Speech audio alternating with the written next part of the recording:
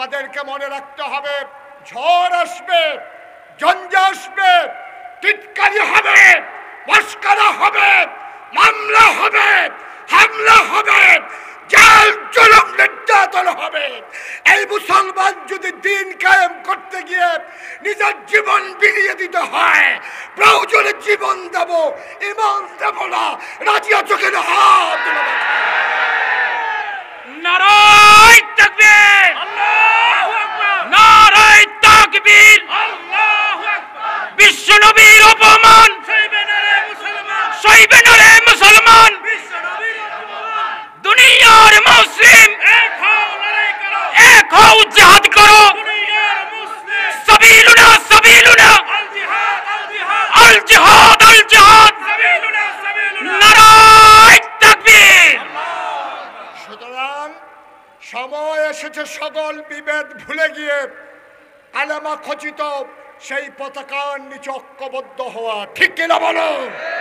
ফারু মাসালা নিয়ে আমাদের ভিতরে সমস্যা থাকবে, সেই সাহাবায়ে কেরামদের জীবন থেকে শুরু করে একবিংশ শতাব্দীর সূচনা পর্যন্ত ফারু মাসালা নিয়ে সমস্যা ছিল, থাকবে। এটা আমরা মিটিয়েও দিতে চাই না, এটা আমাদের হাতে নাই। সুতরাং ফারু মাসালা নিয়ে যতই সিদ্ধাহে ঝামেলা থাকুক, কিন্তু আমাদের আল্লাহ এক, আমাদের রব এক, আমাদের নবী এক, আমাদের কিতাব এক, আমাদের কিবলা এক, আমাদের কাবা এক, এই ব্যাপারে আমাদের কোনো দ্বিমত নাই, ঠিক কিনা বলো? সুতরাং কলমাগু যত মুসলমান আমরা আছি, সবাই মিলে আজকে থেকে কুমিল্লা টাউন হলের এই ওপেন এয়ার, এই সুন্দর ওপেন এয়ার এই সম্মেলন থেকে আমরা জানিয়ে দিতে চাই, যদি কোনোদিন কখনো যেই ঘরানার উলামায়ে কেরাম হোক, তাদের দিকে যখন আঙ্গুল তোলা হবে, আর এই আঙ্গুল যদি হয় টিটকারির, এই আঙ্গুল যদি হয় মস্করার, তাহলে এই আঙ্গুল আর নিচের দিকে নামবে না ইনশাআল্লাহ। সুতরাং আমাদেরকে ১৫০০ বছর আগে জাগিয়ে দেওয়ার জন্যে আজকের আয়োজনে উপস্থিত বিদগ্ধ উলামায়ে কেরাম, আজকের আয়োজনে উপস্থিত টাউন হলকে যারা রাঙিয়ে দিয়েছেন, টাউন হলকে যারা সাজিয়ে দিয়েছেন, টাউন হলে আজকে যেই টুপিওয়ালা, দাড়িওয়ালা, পাঞ্জাবিওয়ালা ওলামায়ে কেরাম যারা হাজির হয়ে আজকের এই সুন্দর আয়োজনকে সার্থক করেছেন। সম্মানিত উপস্থিতি, আপনারা জানেন বাংলাদেশ ১৫ বছর ধরে একটা জগদ্দল পাথরের নিচে বন্দী হয়েছিল। তখন আলেম ওলামা, পীর মাশায়েখ, ইসলামী রাজনৈতিক নেতৃবৃন্দের সম্মানিত সদস্যরা নানান জায়গায় অপদস্থ হয়েছেন।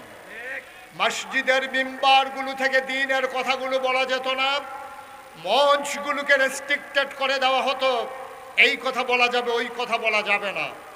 আমাদেরকে নানানভাবে অপমানিত করা হয়েছে, লাঞ্ছিত করা হয়েছে। অথচ আমাদের মর্যাদা ১৫০০ বছর আগে কোরআনুল কারীমের ঘোষণার মাধ্যমে আল্লাহ নির্ধারণ করে দিয়েছেন। আল্লাহ বলেছেন, কুল হাল ইয়াস্তাবিল্লাযীনা ইয়ালামুনা ওয়াল্লাযীনা লা ইয়ালামুন। হে রাসূল, আপনি বলে দিন, যারা জানে যারা জানে না, দুই দল কি সমান? কখনোই দুই দল সমান হতে পারে না। আমরা সেই উলামায়ে কেরাম এতদিন দ্বিতীয় শ্রেণীর নাগরিকে পরিণত হয়েছিলাম।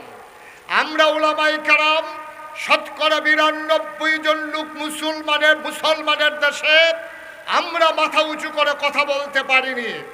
আমাদেরকে কথা বলতে দেওয়া হয়নি, আমাদেরকে স্তব্ধ করে দেওয়া হয়েছিল। আজকে কুমিল্লা টাউন হল থেকে স্পষ্ট করে জানিয়ে দিতে চাই, যার মর্যাদা আল্লাহ নির্ধারণ করে দিয়েছেন, তাদেরকে ইচ্ছা করলেই দমিয়ে রাখা যায় না। আজকে সম্মেলন তার প্রমাণ, ঠিক কিনা বলেন? আজকে সম্মেলন প্রমাণ করে দিয়েছে, নিশ্চিন্তে নিঃসংকোচে যারা কথা বলতে পারে, জাতিকে নিয়ে যারা ভাবে, জাতিকে যারা অগ্রসর কর্মীতে পরিণত করতে চায়, এই বাংলাদেশকে মাথা উঁচু করে পৃথিবীর দিকে, পৃথিবীর অন্যান্য দেশের চাইতে যেন স্বমহিমায় গৌরবে উদ্ভাসিত হতে পারে, এই জন্য যারা কাজ করে যাচ্ছেন তারাই হচ্ছে উলামায়ে কেরাম, ঠিক কিনা বলেন? ১৫০০ বছর আগে আল্লাহর নবী যখন দুনিয়া থেকে বিদায় হয়েছিলেন, তিনি যাওয়ার আগে গুরুদায়িত্ব তিনি জানিয়েছিলেন, আনা খাতামুন নবিয়্যিন লা নবিয়্যা বাদি, আমি হলাম সর্বশেষ নবী, আমার পরে আর নবী আসবেন না। এই কথা ঘোষণার মাধ্যমে তিনি জানিয়ে দিয়েছিলেন নবী আর আসবেন না।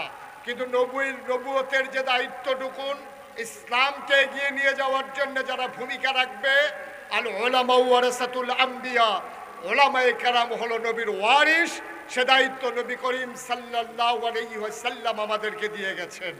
সুতরাং আমাদের দায়িত্ব যার কাছ থেকে আমরা ওয়ারিস হয়েছি ওনার মর্যাদা অক্ষুণ্ণ রাখা, ওনার মর্যাদা অটুট রাখা, ওনার চরিত্রে যারা কালিমা লেপন করতে চায় তাদের দাঁত ভাঙ্গা জবাব দেওয়া, এটা উলামায়ে কেরামের দায়িত্ব। ঠিক কিনা বলে?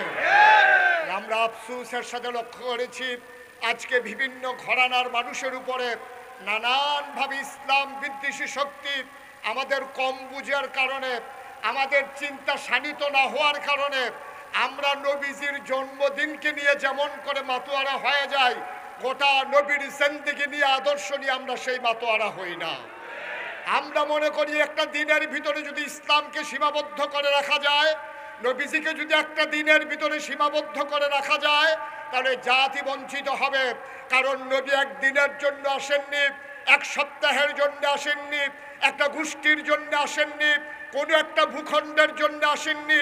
কারণ আমরা বিশ্বাস করি নবীকে শুধু নবী মানে আমরা ক্ষান্ত হই না।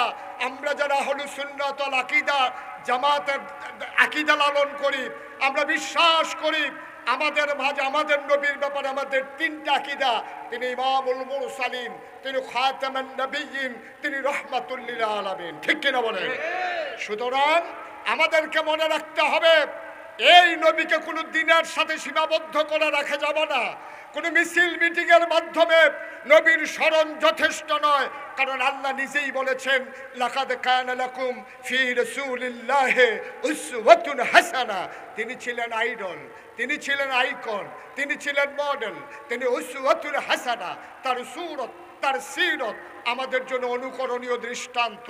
সুতরাং সূরত আমরা যদিও ধারণ করতে পারবো না, গোটা জীবন বিলীন করে দিয়ে আমরা তার সিরতকে নিজের জীবনে ধারণ করব। রাষ্ট্রীয় পর্যায় থেকে শুরু করে একেবারে তৃণমূল পর্যায় পর্যন্ত নবী যেই সিরত নিয়ে এসেছেন, এই সিরতের মিশন যতদিন বাস্তবায়ন না হবে ততদিন আমরা থেমে যাব না ইনশাআল্লাহ। আমরা জানিয়ে দিতে চাই আমাদেরকে এইভাবে ঘুমিয়ে ঘুমিয়ে সময় কাটিয়ে দেওয়ার আর সময় নাই। জাগরণের কবি ফররুখ যেমন করে বলেছিলেন, আমি সেই আহ্বান জানিয়ে আমার কথা শেষ করতে চাই। কবি ফররুখ বলেছিলেন, রাত পোহাবার কত দেরি পাঞ্জেরি, এখনো তোমার আসমান ভরা মেঘে সেতারা হেলাল এখনো ওঠেনি জেগে। তুমি মাছ তুলে আমি দাঁড় টানি বুলে, অসীম কুয়াশা জেগে শূন্যতা ঘেরি, রাত পোহাবার কত দেরি পাঞ্জেরি। দীঘল রাতের শ্রান্ত সফর শেষে কোন দরিয়ার কালো দিগন্তে আমরা এসেছি, আমরা পড়েছি এসে। ঘন সিয়া জেন্দেকানির বাপ তুলে মার্সিয়া ব্যথিত দিলের তুফান শ্রান্ত খাপ। অস্ফুট হয়ে ক্রমে ডুবে যায় জীবনের জয় বেরি। তিনি মাছ তুলে আমি দাঁড় টানি বলে, সম্মুখে শুধু অসীম কুয়াশা হেরি, রাত পোহাবার কত দেরি পাঞ্জেরি।